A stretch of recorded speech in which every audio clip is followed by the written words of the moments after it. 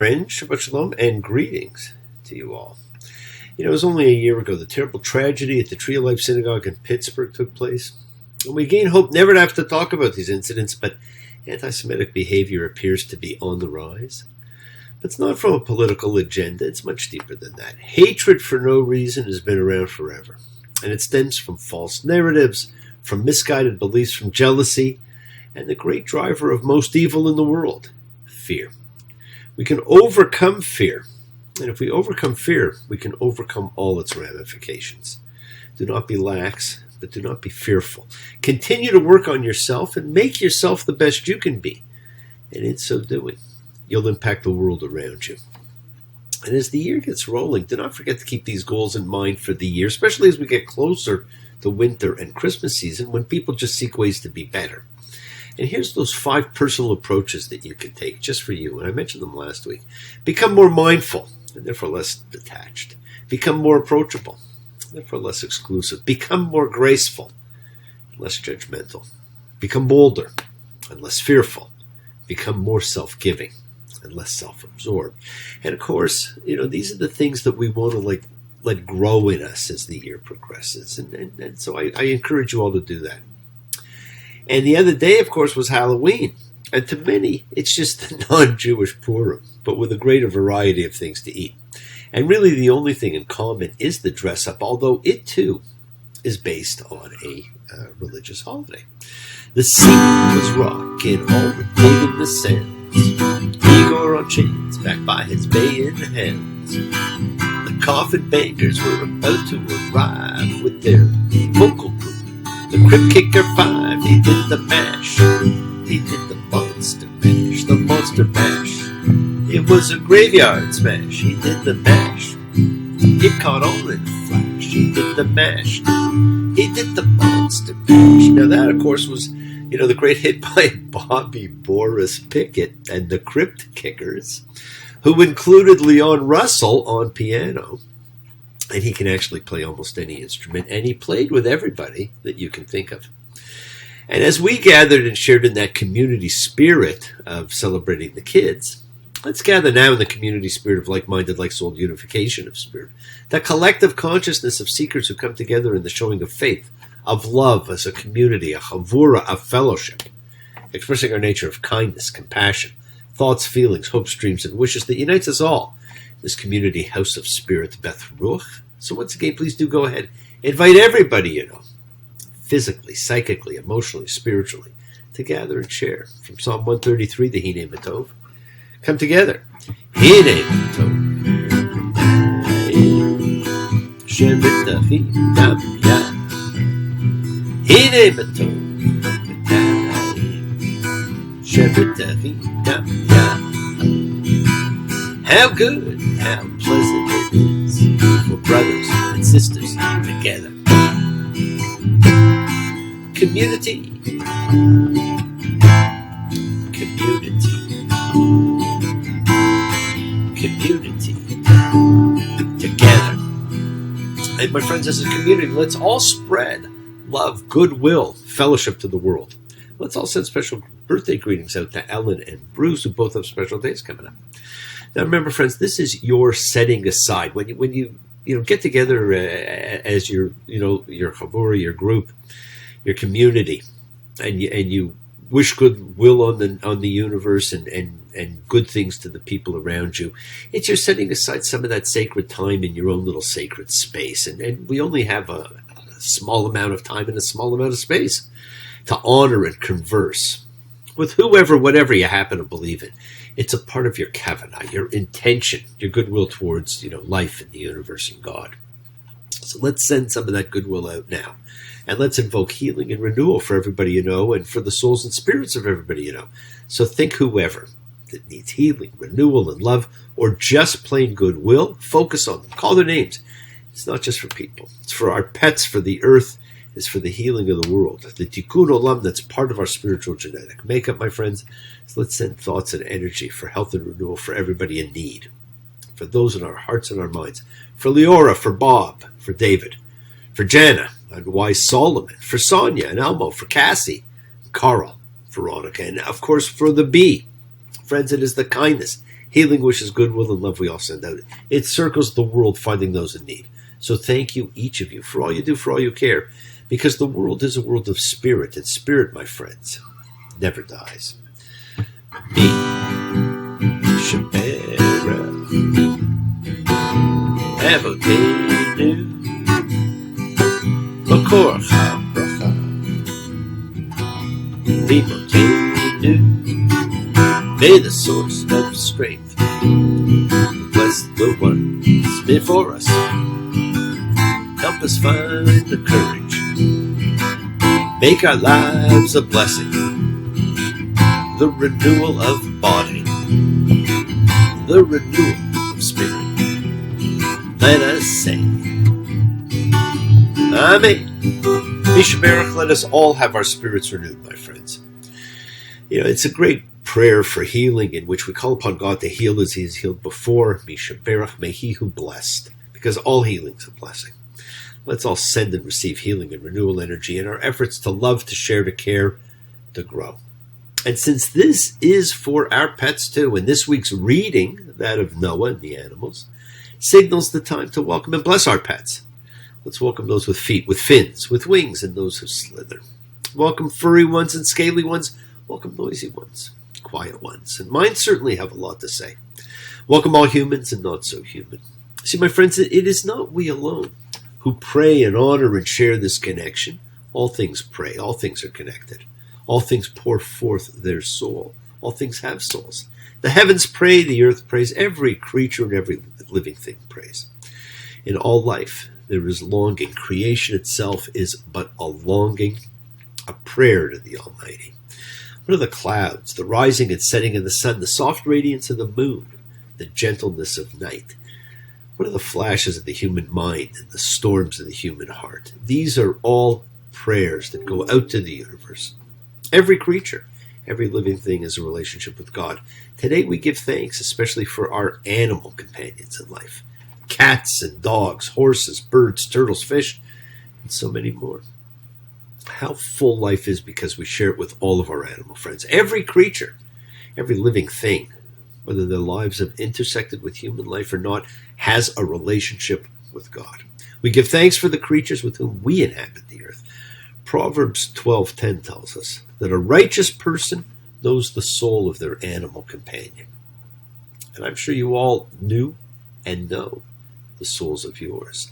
Blessed are you, Lord our God, who brings animals into our lives that we may learn love. Blessed are you, Lord our God, who knows our lives are so much better because we are together. Blessed are you, Lord our God, who helps us learn how to be better humans by teaching us through our animal companions. Blessed are you, Lord our God, who trusts us to love and care for all of creation. They are our unspoken great friends and supporters, the true envoys of unconditional love. And the lessons we learn from them, my friends, are innumerable. And they too remind us not to count life by the breath we take, but by what takes our breath away. And our pets and their love for us always takes our breath away. If dogs run free, then what must be, must be. And that is all. True love can make a blade of grass stand up straight and tall, in harmony with the cosmic sea. True love needs no company.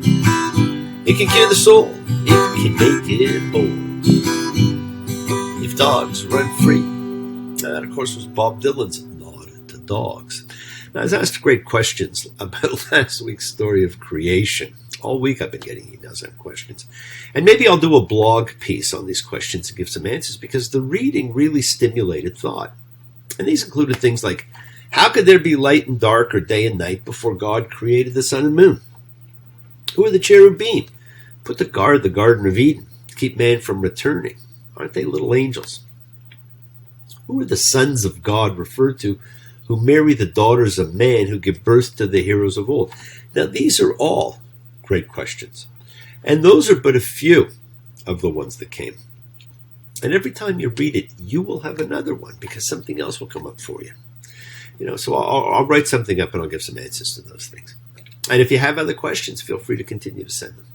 Now, we left off with God having regret that he, created man. But then he mentions a man of renown. As this week we read Noah, the story of the flood. And that's a story, my friends, that is told the world over. In at least 15 ancient civilizations, there is a flood story. Now, we all know the story of Noah. But it, like creation last week, is two stories. And one of the great giveaway clues that helps you follow the stories is to look at the Hebrew and see when each different name for God is used. Elohim versus Yahweh. Now, it's not as noticeable in English, mostly because of how the translations read. And, of course, we're taught to read and pronounce the same name for God for each occurrence we come across. So we always say Elohim, or we say Adonai, or we say Hashem, regardless of what name was used, so we actually may not notice ourselves. Now, while creation was two stories, one told after the other, and we simply say one details more than the other, they do not contradict. Noah is two stories edited to appear as one, and it does contain significant conflicting elements, such as one calling for 2 of every animal, which we all know marched 2 by 2 into the ark. The other calls for 7 pair of clean or pure animals. One talks about rain. That's how most people think of the flood. The other talks about rain and casements or windows, and it is a much better reflection of how creation actually took place, with the separation of the waters from above from the waters below, with us in the middle. And speaking of rain, I received a call from someone who had a dream they wanted to share. A mass of people were outside in the pouring rain, and it wasn't going to stop, like in this week's story. And inside the house is a rabbi with 2 very large Torahs. The first turns into an umbrella to protect the people from the rain, and the other turns into a giant blanket to give them warmth. Now, I thought this was a great dream. And while there are those who believe that it is profaning the scrolls, I saw that what they are there for is what we need them for. For some, they're a shelter from the storm, and for others, a protective cover of security. That is their purpose. Now, this person travels through life and is protected through their faith and belief. That's what they were dreaming about. And Noah, of course, is the story of faith. So wasn't that a wonderful dream? So Noah's given instructions to build an ark, not a boat, but as Rosemary will tell you, a tavah, a box, an ark. Only 2 characters in history share the same vehicle, Moses and Noah. That means that they're connected. Noah saved man from extinction. Moses saved man's soul from extinction, because there is no life if there's no freedom. You just have to think of them as being the same construction, but different sizes. Like Honey, I Shrunk the Kids, or Land of the Giants, or Gulliver's Travels. But the same thing, it's a box. Genesis 6:12. And God saw the earth, and here it was corrupted, because all flesh had corrupted its way on the earth. And at the end, my friends, it's going to be just as corrupt. So God says, I'm bringing the flood, water on the earth to destroy all flesh, in which is the breath of life, from under the skies. Everything that is in the earth will expire, and I shall establish my covenant with you. And of all the living, of all flesh, you shall bring 2 of each to the ark to keep alive with you. They shall be male and female. Of the birds by their kind, and the domestic animals by their kind, of all the creeping things of the ground of their kind, 2 of each will come to you to keep alive. Now that's story 1, and we're all familiar with that. Now story 2, Genesis 7:1. And the Lord said to Noah, come, you and all your household, into the ark, for I've seen you as virtuous in front of me in this generation. Of all the pure animals, take 7 pair, man and his woman, and of the animals that are not pure, 2, man and his woman. So it's pure. We have no laws on food, so it refers to animals that are going to be fit for sacrifice, which is to say for humans to eat. Noah takes 7 pair of the pure animals and only 1 pair of the not pure, because he was going to be offering sacrifices after the flood.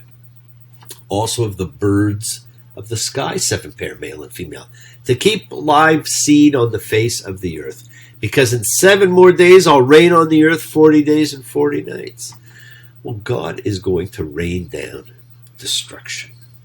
When the rain comes, we run and hide our heads. We might as well be dead. When the rain comes, when the rain comes, rain.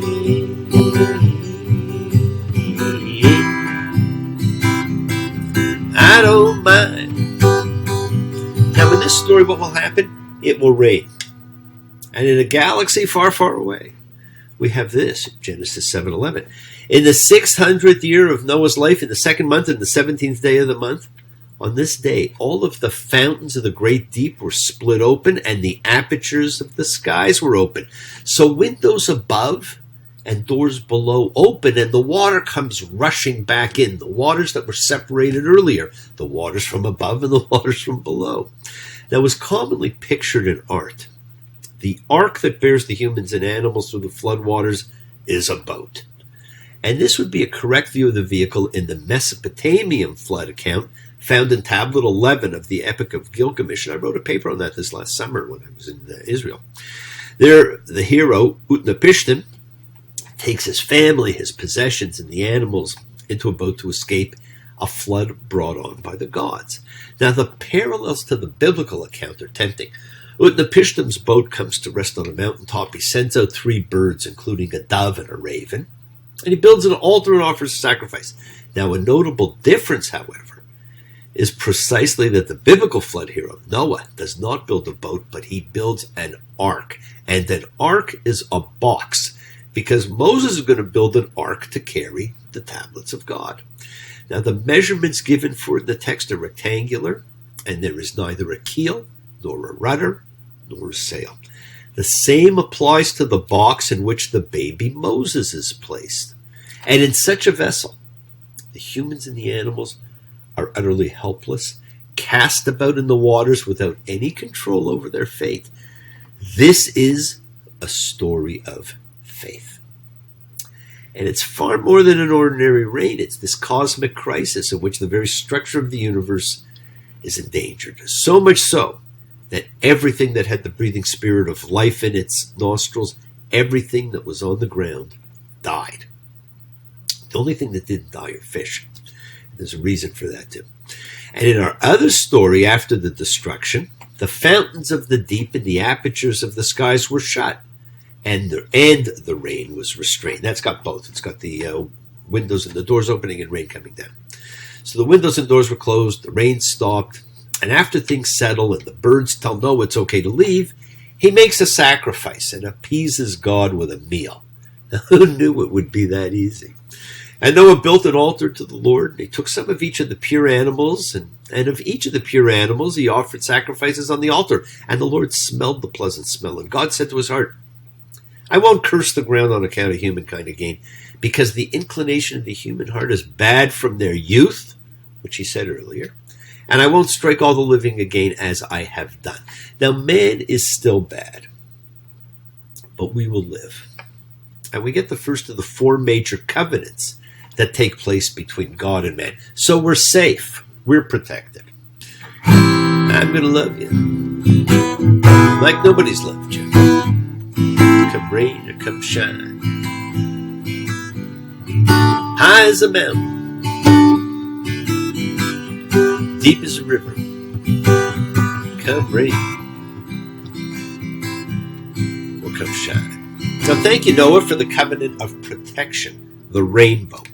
Now, the other thing we get from Noah, which aren't really talked about here, are the 7 Noahide laws. The Sheva Mitzvot B'nai Noach. These are the lessons in universal morality and are a blueprint for how to live life. And they stayed as such until the Great Epiphany on Sinai. Now, it's predicated on the fact that we are a single organism, stretched over a vast but delicate globe, every cell sharing every breath of air, every sip of water, every microbe, even every bite of knowledge. And the first thing we learned from Noah was that of unreligion. You see, all religions sprouted from a single seed and share a single root.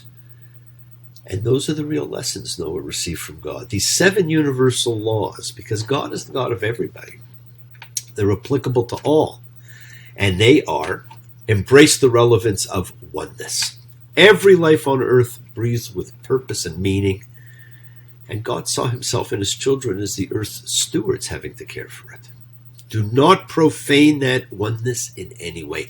Do not damn or curse the power that conducts the universe or deny that there is one. The third is the value of human life cannot be measured. Basically, do not murder. Just as there's only one force behind the universe, this force breathes within every human being. Each of us contains the soul of the universe. This is the divine image of God. The next is how we exploit the resources of our world, as we're told not to eat a limb of a living animal. We cannot eat any animal that still has lifeblood in it. So we have to wait for the symphony of life to unfold. In every event, in every life, in every creature, an infinite light exists because the truth within each thing is divine. Fifth principle is about respect for the property of others, so do not steal. That includes by diminishing someone else. Make sure the benefits of your life do not come from any unfair expense of someone else. The sixth principle is about the human libido. There should be no incest, no rape, no adultery. The union of man and woman is part of a cosmic dance that reflects the union of heaven and earth, spiritual and material, oneness and diversity. And the seventh, the last, is ensure justice in our world. Establish courts of law. No other creature but man requires a court to enforce the law. Everything else knows its place in the universe. Only man can disrupt the nature of things and destroy the order of the planet and put it out of sync. Now, those little 7 things, they're very much like the 10 Commandments. And they're a great lesson from Noah. So yes, the world is sacred. So is everything in it, my friends. Express your gratitude, light a candle, make a wish. Celebrate your life and the lives of those you love. Share your feelings with them. Live free, be free, honor your freedom, be well, be happy, and be blessed. And share and honor the light and all who live in the light and continue to shine. Continue to send everybody you know goodwill and love. Pray for peace and freedom for everyone and end to terror and hatred. Remember, friends, we are a community. We learn together, we celebrate each other, we love each other. We share this right together, men and women equally. So let's send out love, not fear. Send out peace, harmony, goodwill, and healing to all who need it. There go the dogs. And please do learn to forgive and learn to love, including yourself. Open your hearts and honor the relationships of your life. Tell those you love that you love them. Take advantage of the time you have. Enjoy the journey. We take the twists and turns and the patterns that weave through the fabric of our lives in our effort to grow, to learn, to be to love. So please do love. Now bless you all. Have a great week, a week of love and light, a week of peace, a week of miracles. Examine your intentions and use them to imprint your will on the universe, because we set in motion everything that happens in our lives. Our intention, our kavanah, our cause, our effect, everything is linked. As I've said, you always have time to forgive and to be forgiven. You have the knowledge of what's good and bad, so acknowledge what you've done wrong to yourself, to God, and to any person you've wronged. Ask forgiveness, but do so with sincerity, with accountability and vulnerability. Forgive those who hurt you as you learn to be forgiving and compassionate, because the secret of forgiveness, compassion, and peace, my friends, is in acceptance. Can you accept yourself, other people in the world as they are? Can you accept life just as it is without trying to control it? If you do, you can experience the peace that acceptance brings. Act with purity of heart and mind. Despise none, defraud none, hate none, cherish all. Every child of God, every creature of the earth. May all people know peace in this year. May you nurture kindness and love everywhere you go, and always work to be present in the body. Expand your heart, quiet your mind, because the deepest source of your real power lies in consciousness and your ability to be mindful, to be aware, to be present in all of life's circumstances. So make the most of your time in this life and continue to touch and transform the lives around you. Embrace love, not fear, forgiveness, not anger. Always be there for someone, because someone will always be there for you, whether you know it or not. Continue to explore faith and belief, and never accept shame as a natural state. Whatever you feel others have felt, whatever you've experienced others have too. We share together. We learn together, we help each other. We are each of us trying to find love and acceptance and support. We all have or could have that special someone in our lives. Find them. Tell them what they mean, and remember, you're never alone on your journey to your promised land. Watch your words. They hurt you, they heal you, they imprison you, and they free you. Keep forgiving those you need to forgive, and ask forgiveness from those you need to ask forgiveness of.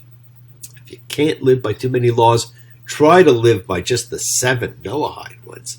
Just 7 laws, and every time you look up to the sky after a storm, you will see the evidence of God's great promise.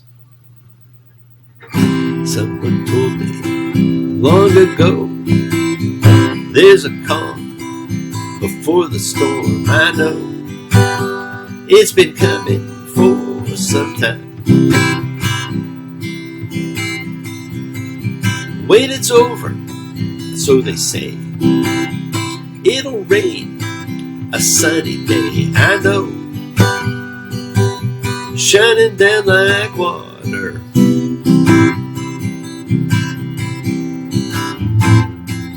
I want to know, have you ever seen the rain?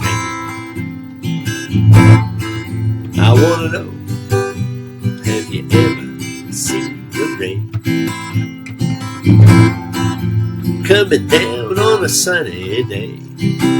You know what, friends? I know you've all seen the rain, but you've all seen the sun come out right afterwards. So thank you for joining me, and I will see you all again soon. Shabbat shalom and blessings to you all. Take care.